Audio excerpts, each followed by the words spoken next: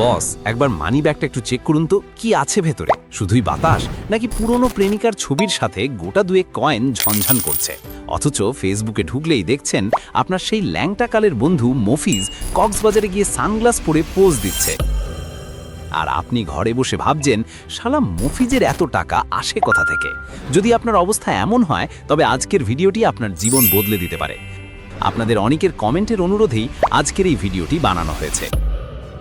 শুনুন, ধনী হওয়াটা কোনো রকেট সায়েন্স না, আবার লটারি জেতাও না। এটা একটা গেম, আর এই গেমের কিছু সিক্রেট চিট কোড আছে। আজ আমি আপনাকে অল্প বয়সে ধনী হওয়ার 4টি জাদুকরি কৌশল শেখাবো।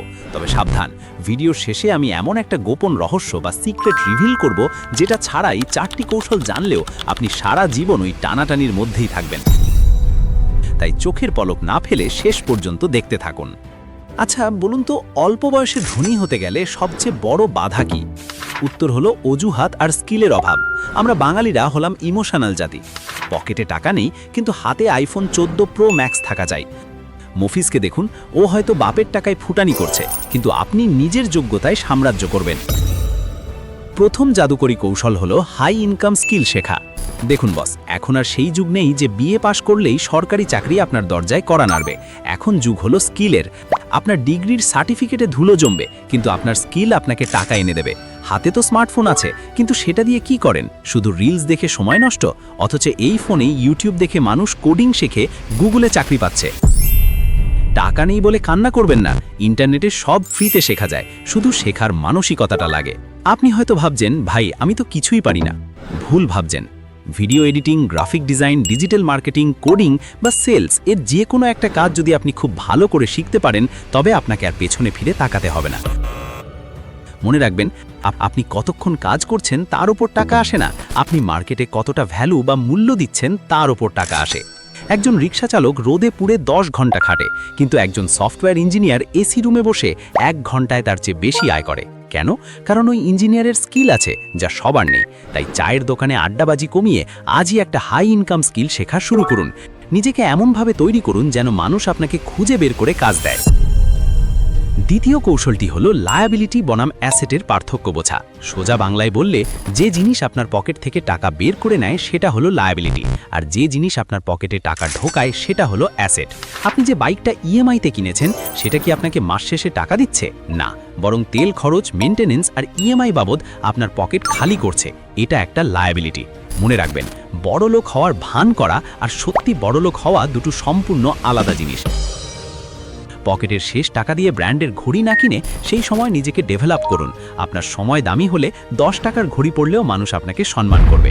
কিন্তু আপনি স্কিল দিয়ে আয় করা টাকায় যদি একটা ভালো ল্যাপটপ কিনতেন, অথবা টাকাটা শেয়ার মার্কেটে বা কোনো ছোট ব্যবসায় খাটাতেন, তবে সেটা হতো অ্যাসেট, কারণ সেটা আপনাকে আরও টাকা এনে দিত।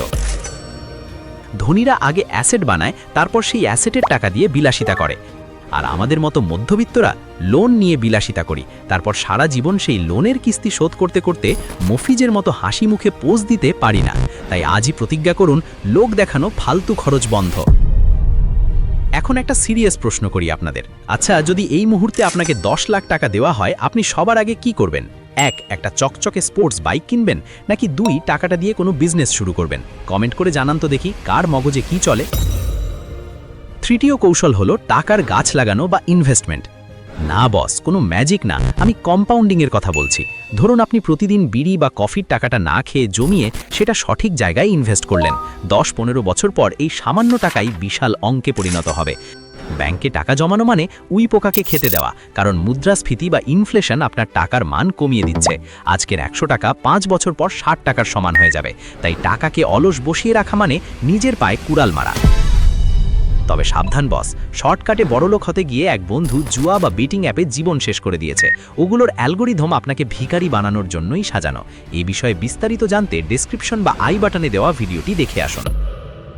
তো যেটা বলছিলাম, অল্প বয়সে ধনী হওয়ার মূল মন্ত্র হলো যত দ্রুত সম্ভব সঠিক ইনভেস্টমেন্ট শুরু করা। টাকা ব্যাংকে ফেলে না রেখে মিউচুয়াল ফান্ড বা বিশ্বস্ত ব্যবসায় খাটান। মনে রাখবেন, টাকা যখন অলস বসে থাকে তখন তার মূল্য কমে, আর টাকাকে যখন কাজে লাগাবেন তখন টাকা বাচ্চার মতো আরও টাকার জন্ম দেয়।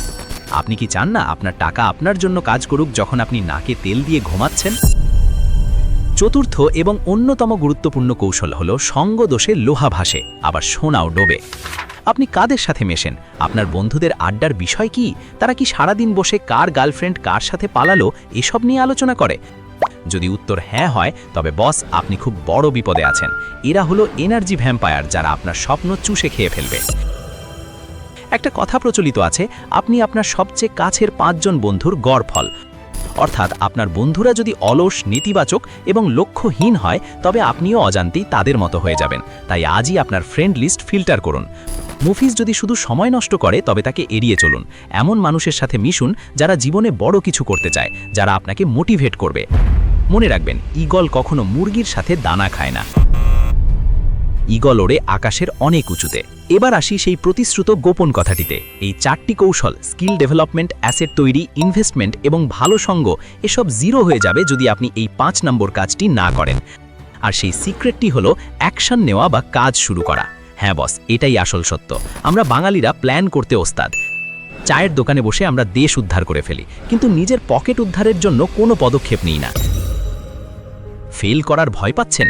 মনে রাখবেন, ফেল তারাই করে যারা চেষ্টা করে, আর যারা চেষ্টাই করে না তারা তো আদিই হেরে বসে আছে। লোকে কি বলবে এই রোগ থেকে বের না হতে পারলে জীবনে উন্নতি হবে না। আমরা ভাবি কাল থেকে শুরু করব, কিন্তু বিশ্বাস করুন সেই কাল আর কোনো দিন আসে না। রাস্তায় নামলে তবেই পথ চেনা যায়, ঘরে বসে ম্যাপ দেখলে গন্তব্যে পৌঁছানো যায় না। তাই এই ভিডিওটা শেষ হবার সাথে সাথে নিজেকে প্রশ্ন করুন, আজ আমি আমার স্বপ্নের জন্য ছোট্ট কি পদক্ষেপটা নিতে পারি। অল্প বয়সে ধনী হওয়া মানে শুধু টাকার পাহাড় গড়া নয়, এর মানে হলো স্বাধীনতা এবং মা বাবাকে তাদের স্বপ্নের জীবন দেওয়া। মুফিজের মতো শুধু লোক দেখানো নয়, সত্যিকারের স্বাচ্ছলতা যদি চান, তবে আজ থেকেই বদলাতে শুরু করুন। যেহেতু এই ভিডিওটা আপনাদের কমেন্টের ওপর ভিত্তি করেই বানিয়েছি, তাই তোমরাই ঠিক করবে এর পরের ভিডিও টপিক কী হবে। আমি 2টো অপশান দিচ্ছি। 1. ছাত্র জীবনে টাকা জমানোর এমন 5টি গোপন কৌশল, যা জানলে আপনি ছাত্র অবস্থা থেকেই টাকা জমাতে বাধ্য হবেন, আর বাবার কাছে হাত পাততে হবে না। নাকি 2. ঘরে বসে জিরো ইনভেস্টমেন্টে শুরু করা যায় এমন 5টি ফাটাফাটি বিজনেস আইডিয়া, যা আপনাকে বেকারত্বের অভিশাপ থেকে মুক্তি দেবে। কোনটা চাই, 1 নাকি 2? ঝটপট কমেন্টে জানিয়ে দিন। শোনেন বস, আপনাদের সাবস্ক্রাইব করার জন্য তেল বাড়বো ওই দিনকাল শেষ। আমরা এখানে কোনো আলতু ফালতু স্বপ্ন বেছি না। সত্য কথা তিতা লাগে, আর বেশি মিষ্টিতে ডায়াবেটিস হয়। বাপের কষ্টের টাকা স্ক্যামে নষ্ট করলে কলিজায় কেমন লাগে সেটা আমরা বুঝি। তাই তো বলি, বুদ্ধি থাকলে আমাদের চ্যানেল ঘাঁটুন, শর্টকাটে ধনী হওয়ার রিয়েল রাস্তা পাবেন। আপনার যদি নিজের ভালো বোঝার ক্ষমতা না থাকে, যদি সারা জীবন ওই মুফিজের মতো লুজারের দনেই থাকতে চান, তবে সাবস্ক্রাইব করার কোনো দরকার নেই। এক্ষুনি ভিডিও কেটে ভাগেন। আর যদি বুকের পাটা থাকে, নিজের ভাগ্য বদলানোর জেদ থাকে, তবেই এই চ্যানেলে থাকবেন। সিদ্ধান্ত আপনার। রাজা হবেন নাকি প্রজা হয়েই মরবেন? দেখা হচ্ছে বিজয়ের মঞ্চে। আল্লাহ হাফিজ।